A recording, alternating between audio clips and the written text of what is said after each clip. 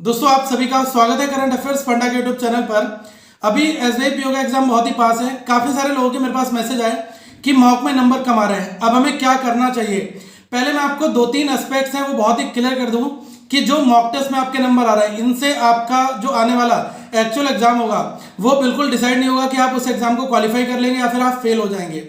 यहाँ पर मैं आपको दो तीन चीजें और भी बताना चाहूंगा। सपोज करें कि आपने एक मॉक टेस्ट को अटेम्प्ट किया, उसके बाद वहां पर आपके 52 मार्क्स आए, 58 आए, कोई बंदा ऐसा होगा जिसके 62 आएंगे। अब यहाँ पर करना आपको ये है कि अगर आपने उस मॉक टेस्ट को देने के बाद 100% अगर आपने एनालिसिस कर लिया तो ये बिल्कुल भी मैटर नहीं कर रहा है कि आपने वहां पर कितने मार्क्स स्कोर किए। अब यहाँ पर दोस्तों आपका 100% कवरेज हो जाता है किसी भी मॉक टेस्ट को बनाने का। सबसे जो बेटर पार्ट होता है वो आपका है लर्निंग फेज। अभी एग्जाम से पहले जितनी मिस्टेक्स करनी है, जितनी गलतियां करनी है, सारी चीजें कर लो, क्योंकि अभी हम एक लर्निंग फेज में हैं। और अगर आप यहां गलतियां नहीं करोगे तो क्या एक्चुअल एग्जाम में जाकर गलतियां करोगे। तो ये जो मार्क्स कम आ रहे हैं ये पहले अपने माइंड से फोबिया हटाओ कि ये जो डर पड़ा हुआ है इसको बिल्कुल साइडलाइन कर दो। अब यहाँ पर दोस्तों दो तीन और भी जरूरी चीजें हैं।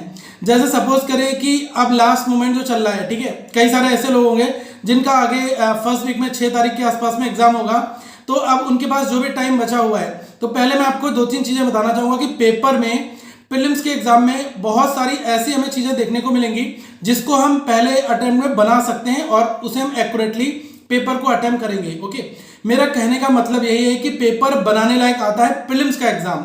जो असली फाइट है वो आपकी होती है मेंस के एग्जाम में, जो हिलता नहीं है। उसके लिए बहुत बहुत बहुत मेहनत आपको करनी पड़ती है।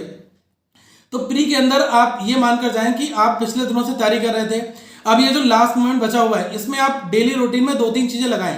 जैसे कि अगर आपके पास में 4-5 मॉक टेस्ट, आपने ग्रुप बना लिया 5 मॉक टेस्ट का, तो उस 5 मॉक के अंदर अगर 2-2 डीआई हैं तो आपने 10 डीआई एक दिन में सॉल्व कर ली।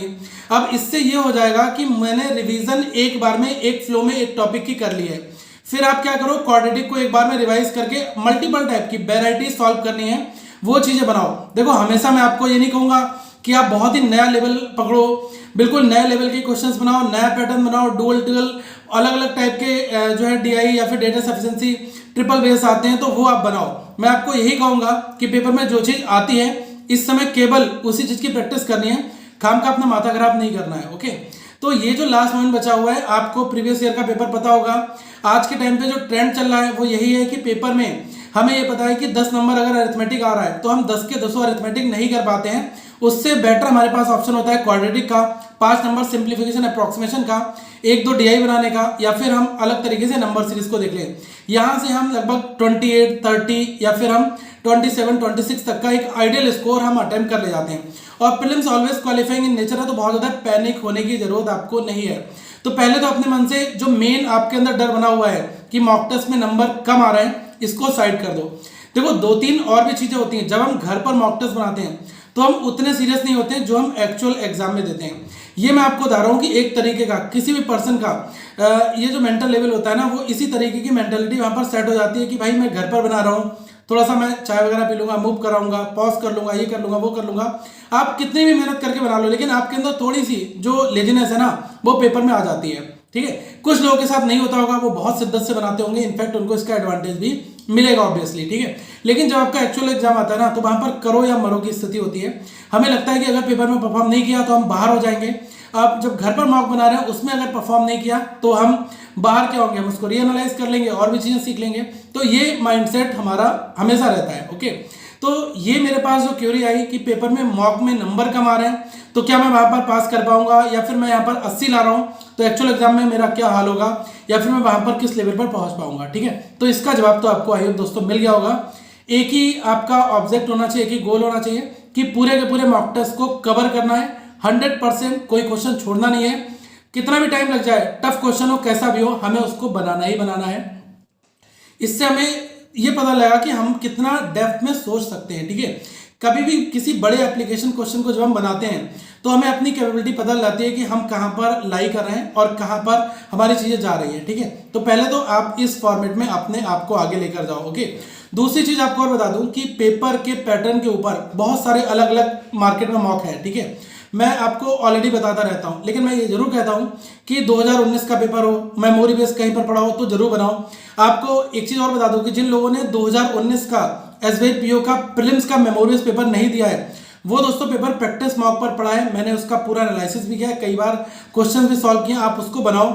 अगर आपको किसी सेक्शन में दिक्कत आ रही है, किसी क्वेश्चन में दिक्कत आ रही है, तो आप क्वेश्चन नंबर के साथ नीचे कमेंट करो, मैं उन स्पेसिफिक क्वेश्चंस को एक वीडियो सेशन में शामिल कर लूंगा ताकि आपके वो वाले डाउट भी वहां पर सॉल्व हो जाएंगे। ठीक है, तो 2 टेस्ट है, एक तो फ्री वाला है जो आपको मिलता है, एक 2019 का पेपर है, तो इनसे आपको एडवांटेज मिलेगा। ठीक है, बाकी ज़्यादा से ज़्यादा अभी के समय में मैं यही कहूँगा कि बहुत ज़्यादा हमें मतलब स्ट्रेस लेने की जरूरत नहीं है कि मतलब ये भी पढ़ लो वो भी पढ़ लो ये सब कर लो। बहुत ही चूजी जो हाईएस्ट वेटेज है उसको पढ़ो, उससे आपको बेनिफिट मिलेगा। हाईएस्ट वेटेज क्या है, रीजनिंग की अगर मैं बात करूँ तो मैक्सिमम आपको ये देखना है कि पजल्स अगर 20 नंबर की आ रही हैं तो कोशिश करो 10-12 नंबर पजल आपको टारगेट करना पड़ेगा। ठीक है, 2-3 पजल एटलीस्ट बनानी पड़ेंगी। इसके अलावा सेलोगिज्म आपका हो गया, वो आप बनाओगे पेपर में, इनइक्वालिटी बनाओगे, कोडिंग डिकोडिंग बनाओगे, ठीक है, और मिसलेनियस बनाओगे, उससे आप पेपर को इजीली निकाल पाएंगे। लेकिन हाँ, जो लोग 35 लेकर आते हैं, 32 लेकर आते हैं, 32 मार्क्स 33 मार्क्स, ऑलवेज दोस्तों उनके पूरे मार्क्स पजल में बनते हैं और उनका पजल का पार्ट जो है वो बहुत अच्छा होता है। वो 1-2 नंबर का मिसलेनियस छोड़कर आ जाएंगे कि यार वो अल्फाबेट वाला वो नहीं बन पाया, वो छूट गया समथिंग। ठीक है, लेकिन हाँ, आप ये नहीं कह सकते कि अगर हम सारी पजल छोड़कर के हम पेपर को क्वालिफाई कर ले। आज के समय में दोस्तों ये बहुत ही बिटर ट्रूथ है कि पेपर को क्वालिफाई करना बहुत टफ हो जाएगा अगर आप पजल्स को साइडलाइन कर दोगे। प्रीलिम्स की पजल आसान है, लगभग हमने 8 से 10 सेशन अभी लिए हैं। ठीक है, आप हमारे चैनल पर जाओ, SBIPO की प्रीलिम्स की पजल पड़ी है, उनको एक बार बनाओ और ज़्यादा से ज़्यादा 2-3 दिनों में उन सेशंस को आप खत्म कर दोगे। लेकिन क्या है कि ना, लोगों को क्या रहता है कि क्वेश्चन बनाओ, वीडियोस अपलोड करो, लेकिन देखने वालों की क्या बहुत चूजी बंदे हैं जो सीरियस एस्पिरेंट है वो देखते हैं। ज़्यादातर लोग इधर उधर की भीड़ के साथ चल रहे हैं। ठीक है, और मैं चाहूँगा कि भीड़ के साथ मत चलो, अपने आप को अलग करो। आप अपनी क्वालिटी के हिसाब से अपना सिलेक्शन खुद एश्योर करोगे, किसी दूसरे बंदों को फॉलो करोगे, इधर उधर चलोगे तो आपका सिलेक्शन नहीं होगा, वो बंदा अपना ले जाएगा क्योंकि उसकी खुद की स्ट्रेटजी वहां पर काम कर रही होगी। ठीक है, तो मैं चाहूंगा कि अपना खुद का टाइम, खुद का टाइम टेबल सब कुछ डिसाइड करो अपने हिसाब से और चीज़ों को लेकर जाओ। अभी मैं कुछ लाइव सेशन नहीं ले पा रहा हूँ, लेकिन हाँ, आने वाले टाइम पे जरूर लूंगा। ये एक अपलोडेड वीडियोस है क्योंकि अभी हम कोशिश करेंगे आने वाले टाइम पर आपसे वार्ता करें, आपके क्वेश्चंस को लाइव वीडियोस में डिस्कस करें, उन सवालों के सारे जवाब दें। तो हमारे साथ अभी बने रहें। मैं चाहूँगा कि आप लोग इस चैनल को सब्सक्राइब कर लो, बेल आइकन दबा लो ताकि कोई भी वीडियो आपसे ना छूटे। आप बिल्कुल टाइम निकाल कर डेली आओ। अभी हमने रेलवे की सीरीज भी स्टार्ट की है, आने वाले टाइम पे बहुत जबरदस्त प्लानिंग कर रहा हूँ आप सभी के लिए, चाहे वो करंट अफेयर्स हो, स्ट्रेटेजिक हो। इतने अच्छे कंटेंट आपको दूंगा दोस्तों कि आपके पेपर में क्वेश्चंस आएंगे और बहुत ही तगड़ी एक्सप्लेनेशन वहां पर मिलेगी। तो मैं सारी चीज़ों को सेटअप करने में लगा हूँ, बहुत जल्द आपके साथ चीज़ें आएंगी। तो भाई इस चैनल को सब्सक्राइब कर लो, बने रहो। और हाँ, 2019 का पेपर मिस मत करना, लिंक आपको नीचे दिया है। और करंट अफेयर्स डेली मॉर्निंग में आ रही है, उसको देखो। वीकली आ रहा है, मंथली आ रहा है, स्ट्रेटेजी के आ रहा है, रेलवे के करंट अफेयर्स आ रहे हैं, बिल्कुल भी मिस मत करो। अगर पेपर की तैयारी कर रहे हो, सीरियस एस्पिरेंट हो, आपको खुद पता लगा वीडियो देखने के बाद कि कितनी बेहतर क्वालिटी है।